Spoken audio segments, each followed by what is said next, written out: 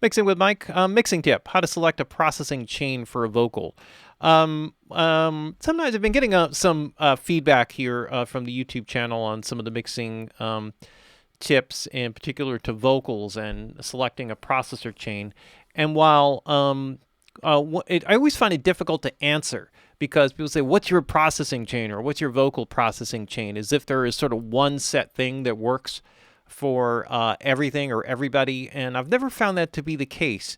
I will have a tendency maybe to have an ear for a certain compressor or EQ for a while over a period of time. I just seem to be getting good results with it, and I'll keep kind of riding. But at some point, I'll kind of get sick of it and move on to some other things. But what I want to really focus on in this particular tip and getting to it is understanding that the processing chain that you select is being told to you or should be told to you by the actual raw sound and what it is that you're working with. Because so much of working with vocals, and many vocals today, one of the bigger problems is that they come in using less expensive, cheaper, let's just say it, condenser mics or condenser slash tube mics. So a tube mic is basically a condenser mic with some tubes to kind of warm up the kind of somewhat coldness that you can get quite often with condenser mics. Like even like a U87 has a unique custom design hand-wired transformer that is specific to kind of adding warmth and body into that mic. But condenser mics can have a tendency to sound cold with the wrong voice. You have somebody who has a really warm, rich voice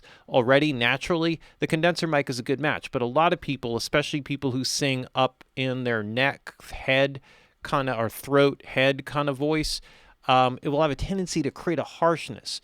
And so you may want to select your processing chain to try to compensate for that.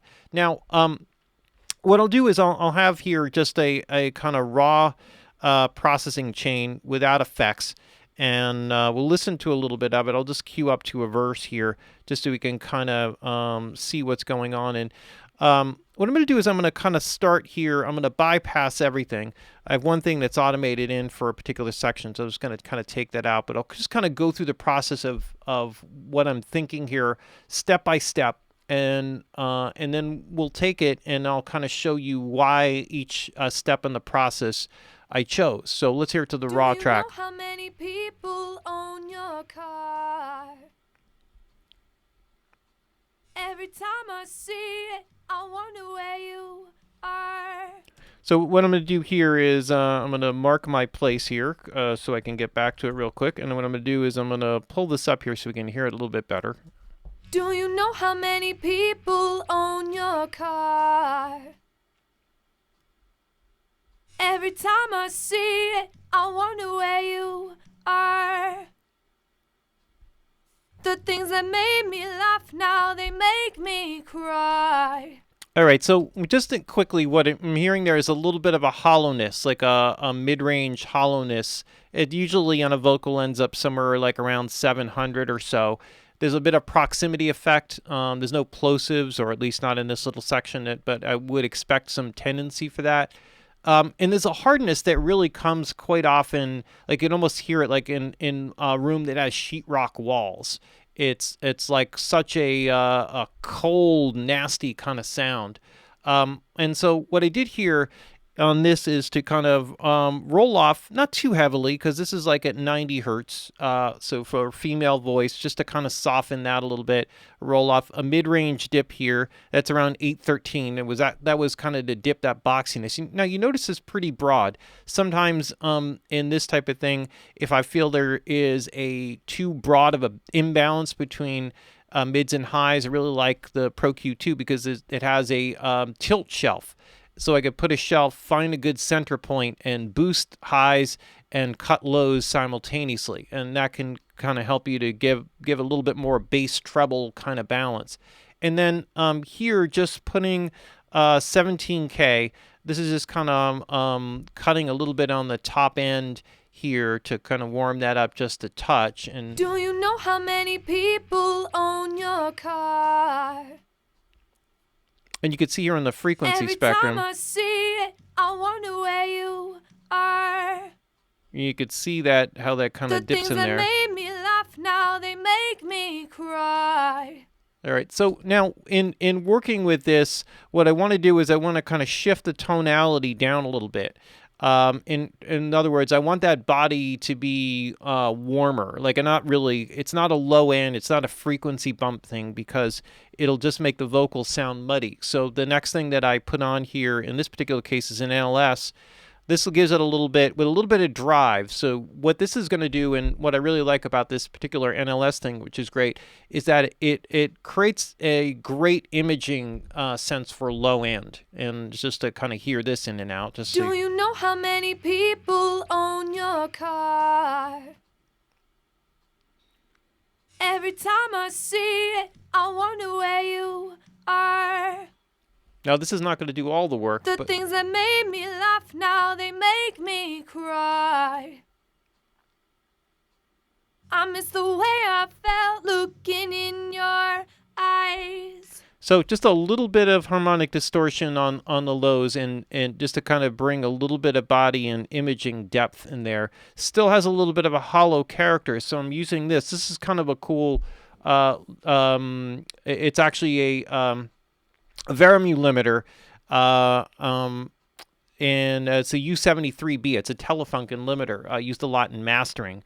And in this particular case, I have a high-pass filter built into it, so this is kind of killing some low end. It's on a background vocal sound. I have a kind of a quick release, but it's actually a pretty active compressor, so sort of a lowish threshold, or I'm driving a bit in there to kind of pull the vocal sound together a little bit. Do you know how many people own your car?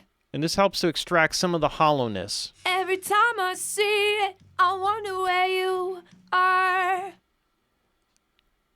The things that made me laugh, now they make me cry. I miss the way I felt looking in your eyes. I'm going to hear this in and out with a high pass. So I keep looking around with my eyes on the ground, trying to find the confidence I know I dropped. I keep retracing my steps, going Actually, I through kind of the like it without events, it here. trying to find out when the love stopped. And just like an assassin in the heat of the moment.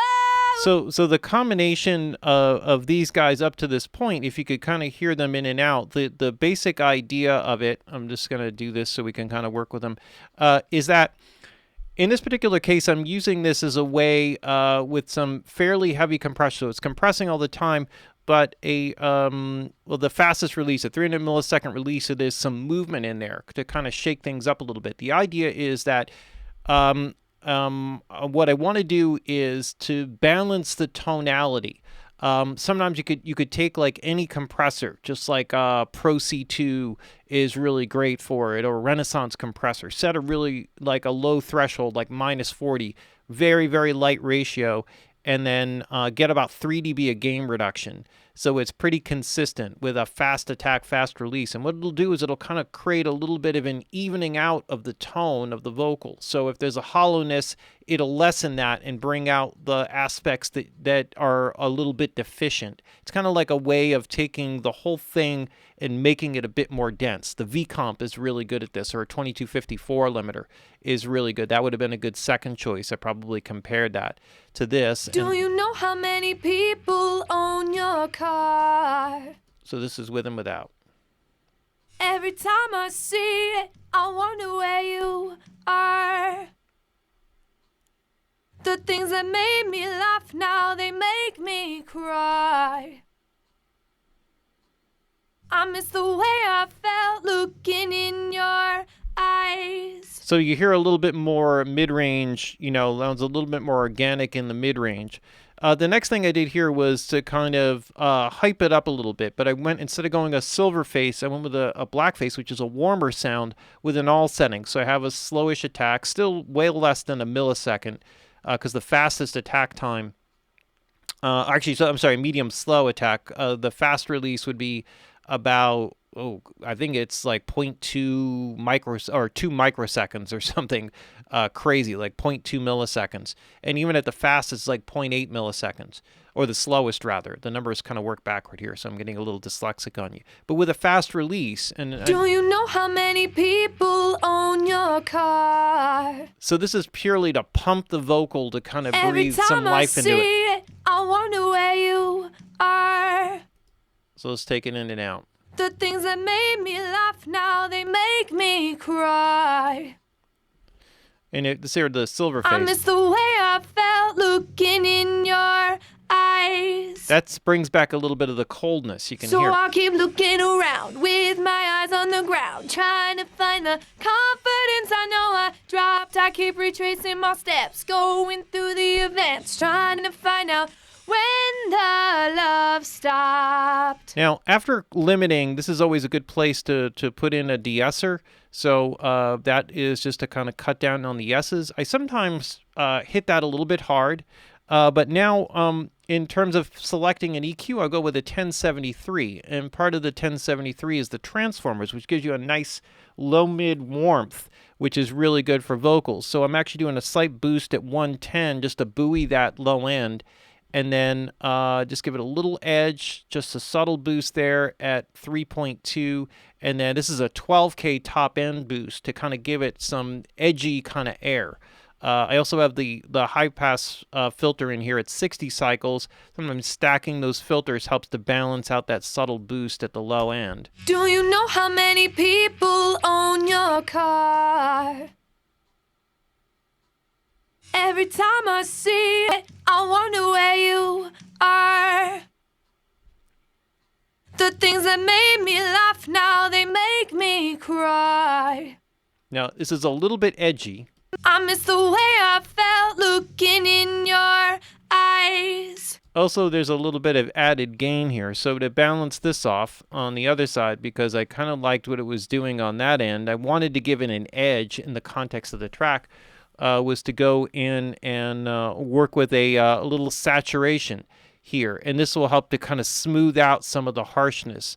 Back off a little bit on the mids, little boost in treble there. Selected a little 12AU7 here with a little saturation here. The equalization is set to be pre-tube, so this is kind of going into shape a little bit of the sound going into the tube. Do you know how many people own your car? Every time I see it, I wonder where you are. The things that made me laugh, now they make me cry. I miss the way I felt looking in your eyes.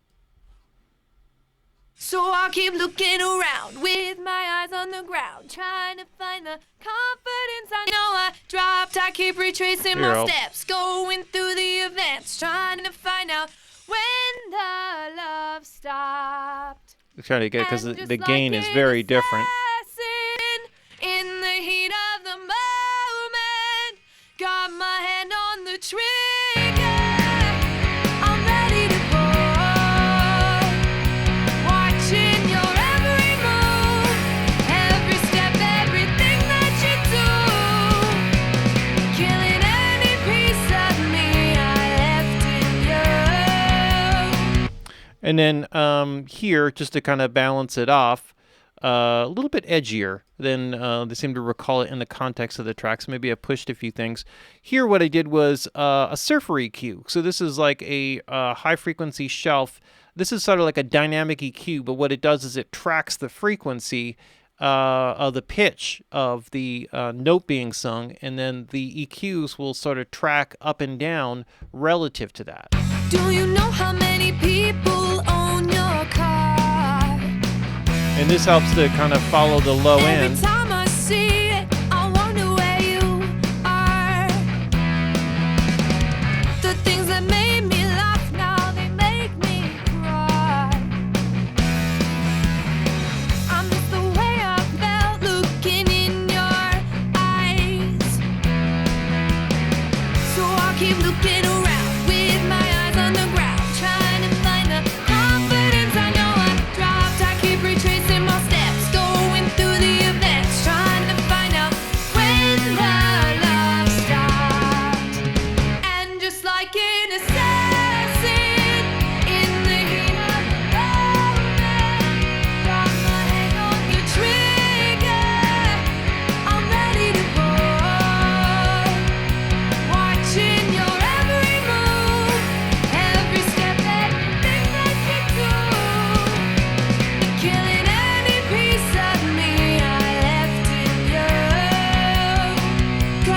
So obviously this was to compensate for some of the edginess that I was getting in here. I seem to recall the tube saturator warming it up a little bit more, this by memory, but kind of going through just to kind of give you an idea of the mindset. So at each stage, I'm not doing anything huge, like I'm not gouging with EQ, but I'm doing something subtle, or sometimes not so subtle, to kind of pull things together little bit by little bit. I'm not hung up on, only having a couple of plugins. I think it's kind of whatever works. Sometimes I may go back after I kind of do this and eliminate things as I kind of work through it. A lot of times I'll have two things that are close and I'm not sure which one I like, so I leave them both in and kind of bypass them. But for every vocal that I call up, it would be a different process. I wouldn't do exactly the same thing. And I would make adjustments according to what it is that I hear. So if it's a warmer voice, I'd be working more towards maybe the Silverface 1176 to give it more presence and brightness, or working with a compressor that's maybe a bit cleaner on a song where the vocal is not meant to be as edgy sounding like it is in this particular track. And kind of go towards what the weakness is.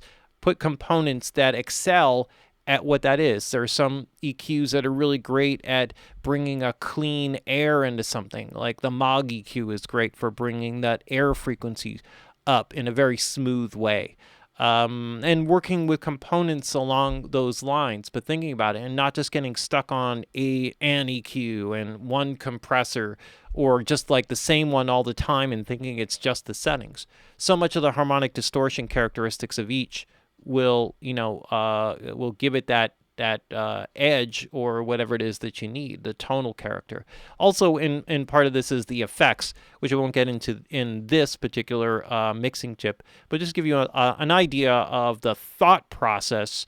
And the next track I do would be a completely different chain. I've never used this particular chain on anything. Some of these were plugins of the week, and I kind of like the way that they sound, and they end up staying there. The Surfer EQ was one example, and I think the Tube Saturator was another one.